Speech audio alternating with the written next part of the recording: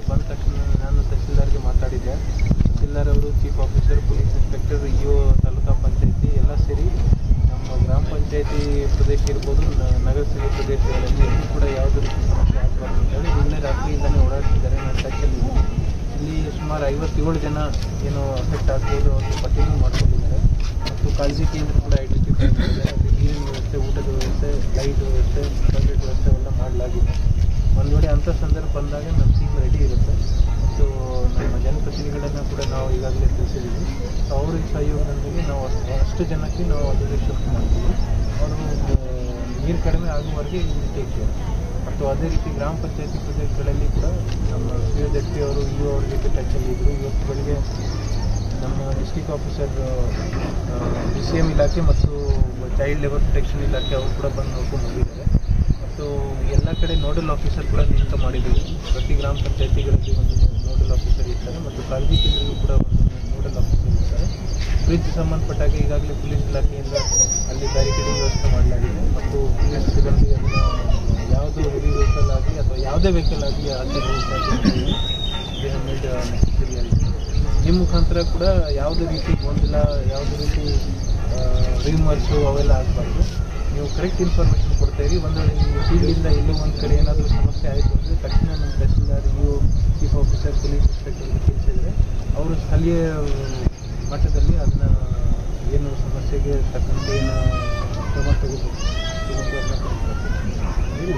ನಮಗೆ ಸುಮಾರು 6 ಗಂಟೆಗೆ 90,000 ಕ್ಯೂಸೆಕ್ ನೀರು ಬಿಡ್ತಾರಂತೆ ಮಾಹಿತಿ ಬಂದ ತಕ್ಷಣ ನಾನು ತಹಸೀಲ್ದಾರ್ಗೆ ಮಾತಾಡಿದ್ದೆ.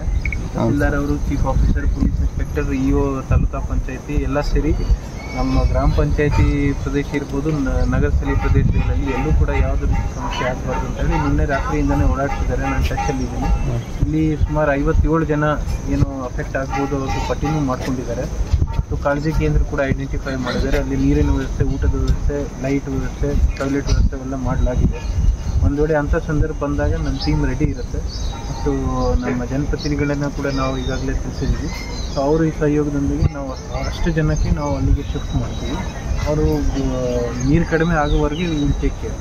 ಮತ್ತು ಅದೇ ರೀತಿ ಗ್ರಾಮ ಪಂಚಾಯತಿ ಪ್ರದೇಶಗಳಲ್ಲಿ ಕೂಡ ನಮ್ಮ COZP ಅವರು, ಇಒ ಅವ್ರ ಜೊತೆ ಟಚ್ಚಲ್ಲಿದ್ದರು. ಇವತ್ತು ಬೆಳಗ್ಗೆ ನಮ್ಮ ಡಿಸ್ಟ್ರಿಕ್ಟ್ ಆಫೀಸರ್, BCM ಇಲಾಖೆ ಮತ್ತು ಚೈಲ್ಡ್ ಲೇಬರ್ ಪ್ರೊಟೆಕ್ಷನ್ ಇಲಾಖೆ ಅವರು ಕೂಡ ಬಂದು ನೋಡ್ಕೊಂಡು ಹೋಗಿದ್ದಾರೆ. ಮತ್ತು ಎಲ್ಲ ಕಡೆ ನೋಡಲ್ ಆಫೀಸರ್ ಕೂಡ ನೇಮಕ ಮಾಡಿದ್ದೀವಿ. ಪ್ರತಿ ಗ್ರಾಮ ಪಂಚಾಯತಿಗಳಲ್ಲಿ ಒಂದು ನೋಡಲ್ ಆಫೀಸರ್ ಇರ್ತಾರೆ ಮತ್ತು ಕಾಳಜಿ ಕೇಂದ್ರಕ್ಕೂ ಕೂಡ ಒಂದು ನೋಡಲ್ ಆಫೀಸರ್ ಇರ್ತಾರೆ.